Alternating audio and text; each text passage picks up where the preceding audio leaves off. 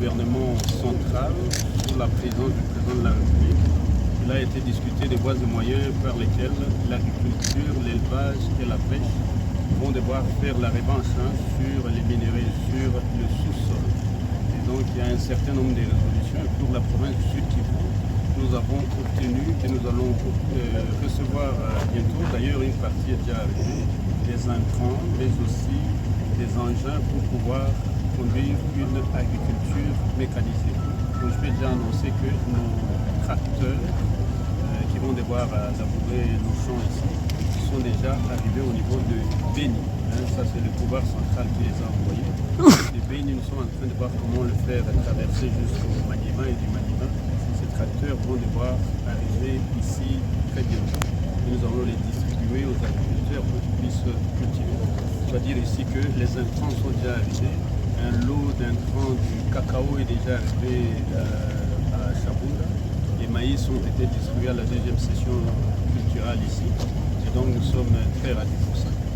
Maintenant, le président de la République nous a aussi réunis, tous les 26 gouverneurs, pour renforcer la stabilité des institutions, c'est-à-dire l'administration publique, le gouvernement, l'exécutif, mais aussi l'Assemblée provinciale.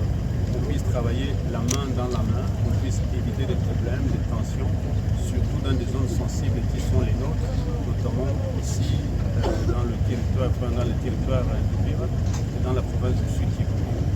Vous avez sûrement entendu qu'il y a une motion qui a été introduite contre moi, contre ma personne, le gouverneur. C'est un exercice tout à fait démocratique. Nous allons tout simplement demander à ce qu'on puisse s'asseoir ensemble les uns et les autres. Voilà pourquoi dès demain, nous allons convoquer un cadre permanent de concertation pour la gestion de la crise sécuritaire au Sud Kivu, le bureau de l'Assemblée provinciale, le gouvernement provincial, mais aussi les cadres de base, c'est-à-dire les médias, la société civile. Pour cette sécurité, nous allons nous mettre ensemble pour essayer d'aplanir les différends, voir comment avancer, parce que nous n'avons pas droit à l'erreur. Toute erreur que nous pouvons commettre, l'ennemi va en profiter. Il est ici à 15 km au-dessus de nous, ici sur les hauteurs. Il est à 30 km sur la route nationale numéro 5. Toute erreur, toute division qui peut sévir entre nous peut lui ouvrir la porte vers Uvira et vers le sud du pays. Ça, il faut absolument éviter. L'AFCM 23, appuyé par le Rwanda, en train de monter le mécanisme pour essayer d'y récupérer Uvira. Nous devons faire hyper attention. Donc, l'union fait la force et la division fait des problèmes qui peuvent même porter atteinte à l'intégrité territoriale de notre territoire, mais aussi de notre province du pays tout entier. Maintenant, en Tanzanie, j'y suis allé parce que le président de la République, Félix Antoine Tshisekedi Tshilombo, m'a donné l'autorisation sous la houlette du gouvernement sur instruction du président de la République, son Excellence Monsieur le ministre d'État, ministre du Commerce extérieur, Julien Paluku, m'a donné une autorisation spéciale pour aller en Tanzanie, notamment à Kigoma, où il y avait un forum sous-régional sur le commerce et les affaires. C'est tenu à Kigoma il y a environ 10 jours. Ce forum a ramené les gouverneurs de la sous-région, les hommes et les femmes d'affaires de la sous-région pour aller essayer de voir comment réguler le commerce afin que nous puissions en profiter. Les personnes qui gèrent le lac Tanganyika puissent profiter des activités commerciales, puissent générer de l'argent.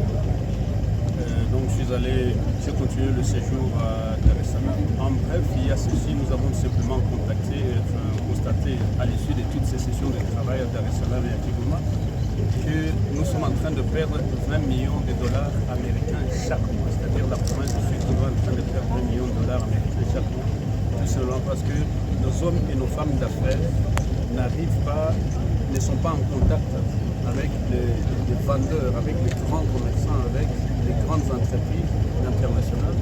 Et lorsque, par exemple, quelqu'un doit acheter 10 conteneurs de boissons Serengeti qui sont vendus, consommés ici à Uvira, il doit passer par un intermédiaire rwandais ou un intermédiaire burundais. C'est lui qui y va. Mais le Congo n'est pas sur la liste des acheteurs, alors que tout passe ici. Donc nous perdons énormément, alors que tout finit. Donc on dit destination finale le Rwanda, destination finale le Congo. Alors que c'est les produits qui viennent ici. Pareil pour le pétrole, pareil pour les biens de consommation, pareil pour les biens de construction. Et donc ça nous fait perdre énormément d'argent. puis après, il y a aussi un autre problème, c'est le non-paiement des taxes. Lorsque la marchandise est déjà déclarée au port de Dar es Salaam ou de Kigoma pour venir à Uvira, à Kalemi ou à Goma, qu'est-ce qui se passe?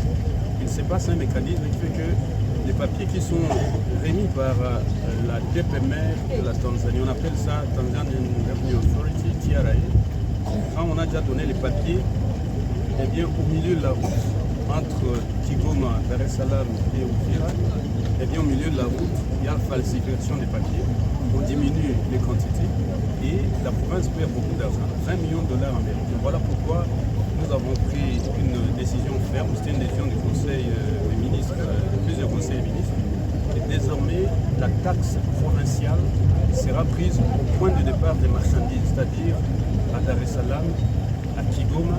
Donc là, avant que la marchandise ne soit autorisée à quitter, à venir ici, elle paye, donc la marchandise paye d'abord. Donc on perçoit la taxe provinciale sur place. Et si nous travaillons comme ça, nous avons la chance de décrocher jusqu'à 20 millions de dollars américains que le Rwanda, à travers l'AFCM 23, tire ceux qui profitent de cette argent. Et donc voilà un peu ce que nous avons discuté. Et donc nous allons aussi faciliter nos commerçants. Nous avons déjà ouvert des portes là-bas, que nos commerçants soient directement en contact avec les producteurs, les importateurs, les gros importateurs. Et donc désormais, chaque commerçant de Sud Kivu peut aller directement sans intermédiaire, peut acheter de l'autre côté. Donc nous allons établir des guichets uniques à Kigoma, à Dar es Salaam, à Mwanza. Nous allons les établir aussi sur le port de Mbulungu à Zambie. Nous allons les établir ici à Gatumba, mais aussi au port de Gatumba, enfin au port de Bujumbura, ainsi qu'à plusieurs autres ports, pour assurer que la taxe est collectée. C'est comme ça que nous allons être capables de construire notre province du Sud. Donc voilà un peu ce dont il a été question. Donc pour le reste, je suis vraiment très content de retrouver ma population, de retrouver l'ensemble des citoyens, de retrouver mon gouvernement qui a été géré. Et je remercie mon vice-gouverneur qui était toujours en contact avec moi, qui a très bien géré la maison pendant mon absence, avec l'ensemble des membres du gouvernement et du Conseil de sécurité. Maintenant, je voulais aussi envoyer une bonne nouvelle à la population du Sud Kivu et celle d'Uvira. La bonne nouvelle, c'est que le président de la République nous a donné un grand projet ici qui va commencer très bientôt. C'est l'aéroport d'Uvira. Il nous a même déjà désigné un ingénieur qui va construire l'aéroport en question. Et bientôt, demain, nous allons aussi lancer le marché de Kaduvira pour éviter que les gens puissent continuer à vendre dans leur ville. Pas mal d'autres projets vont arriver pour les 4 autres territoires que nous contrôlons, notamment l'argent des pétroliers que nous allons devoir maintenant injecter pour utiliser pour construire Kizimwenga Shabunda Uvira, un projet d'infrastructure. Et une partie d'argent, nous comptons le laisser à côté pour que lorsque nous allons récupérer Bukavu et les 3 autres territoires occupés par l'AFCM 23 appuyé par le Rwanda, nous puissions aussi injecter une partie. Donc cet argent pétrolier, donc la contribution des pétroliers, c'est une contribution provinciale. Nous allons utiliser ça dans les 8 territoires et dans la ville de